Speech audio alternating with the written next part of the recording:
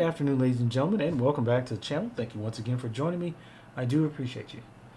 So my struggle continues, but sometimes you have to turn lemons into lemonade. So I've decided that I will do sort of like a podcast or something to get my story out so that people know what's going on with me, and also maybe I can help someone else who's going through what I'm going through. So today we're going to talk about the cost of assertiveness and why standing up for yourself can get you fired. So assertiveness is often touted as a valuable trait in the professional world. It's often associated with confidence, leadership, and self-respect.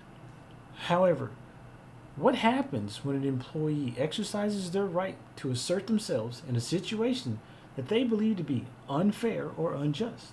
Well, surprisingly and not surprisingly, the consequences can be quite severe, including losing your job.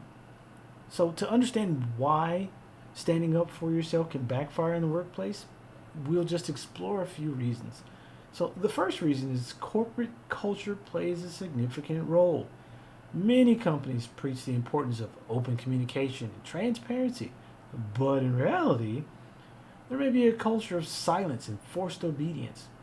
When an employee challenges the status quo or raises concerns about unethical behavior, they might be seen as a troublemaker rather than a proactive team member. Secondly, power dynamics come into play. If a subordinate challenges a superior or questions company policies, it can be perceived as insubordination. Managers and executives feel threatened all the time by assertive employees, fearing a loss of control or authority. Consequently, they may resort to punitive measures to maintain their power and control. Thirdly, fear of retaliation is a significant deterrent. Many employees hesitate to speak up due to concerns about retaliation from their employers and from their colleagues. Whether it's being passed over for promotions, receiving poor performance evaluations, or the untimely losing of their job, the fear of consequences often silences dissenting voices. So, what can be done to address this issue and create a more inclusive and supportive work environment? Well, here's a few suggestions for you. Well, first, companies need to foster a culture of psychological safety where employees feel comfortable expressing their opinions and raising concerns without fear of reprisal.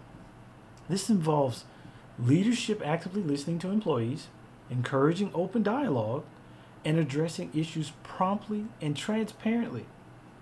Secondly, organizations should provide training on conflict resolution and assertiveness skills.